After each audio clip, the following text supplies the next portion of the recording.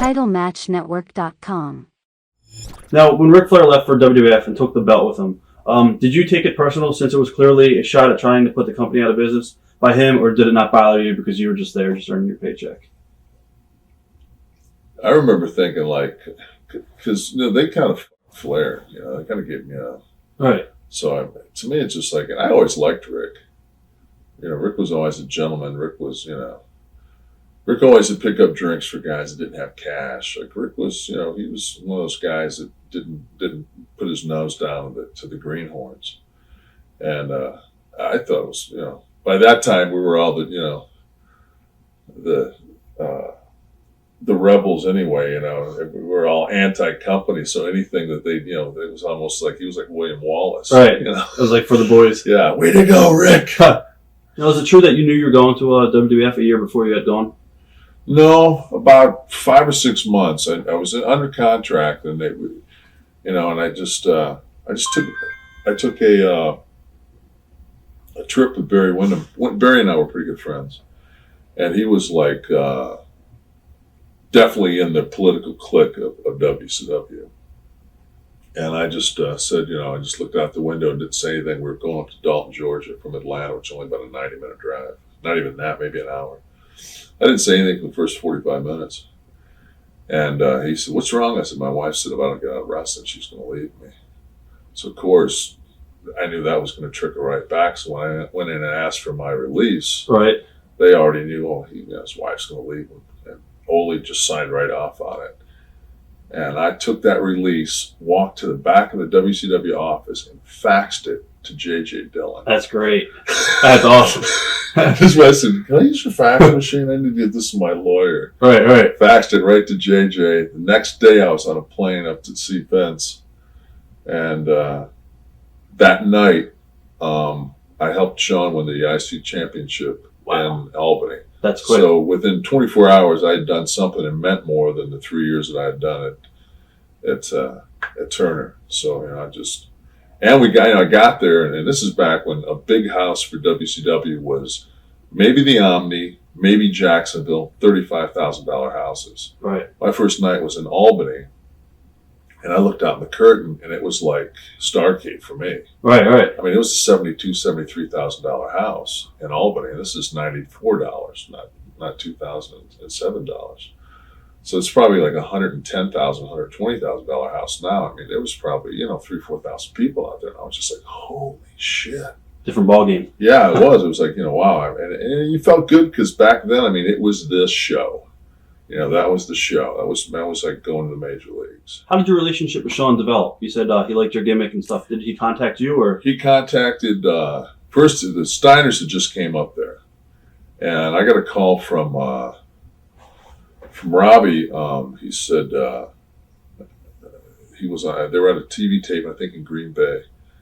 And Robbie said, "Hey," he says, "you know Shawn Michaels?" I said, "Yeah." He said, "Would you want to be, he's looking for a bodyguard. Would you be interested?" And I said, "Yeah, if I can get out of my contract."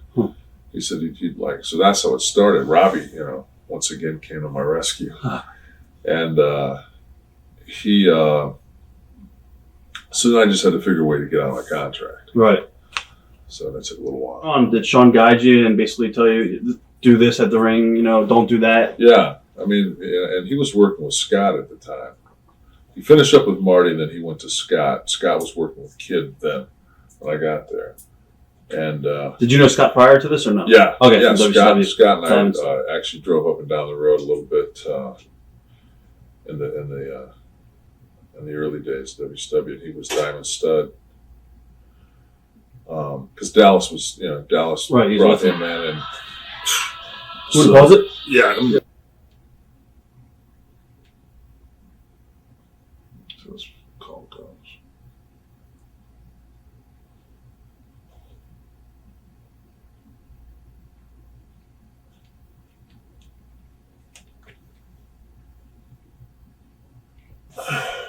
Where were we? Okay, I was asking you about Scott. It was the first time. Yeah. Oh, so he came in as a Diamond Stud, and Dallas brought him in. So then Dallas introduced me to him, and you guys hit it off right away, or? Yeah, because we were both pot smokers. So We smoked one. I picked him up. The next TV we had was Macon, and I had a little bit. He had a little bit. And we took a little drive up to Macon together, and we got high, drank a couple beers on the way to TV, and Nice. yeah, it was a good time.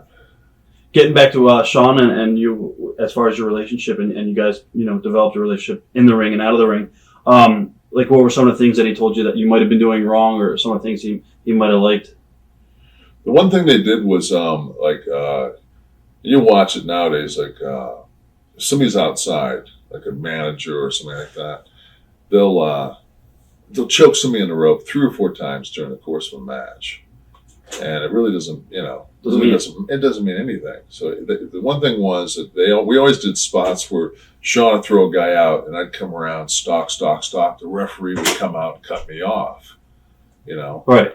So we always, and that was one thing Shawn taught me early was, when you're a heel, if you do it in front of the referee, even though there's really no rules, there's the perception of rules. Right. So, and Scott was very instrumental also, because they were working together. And when I did something, it changed the event, changed the course of the events of the match. When I did something, it was usually led to a finish.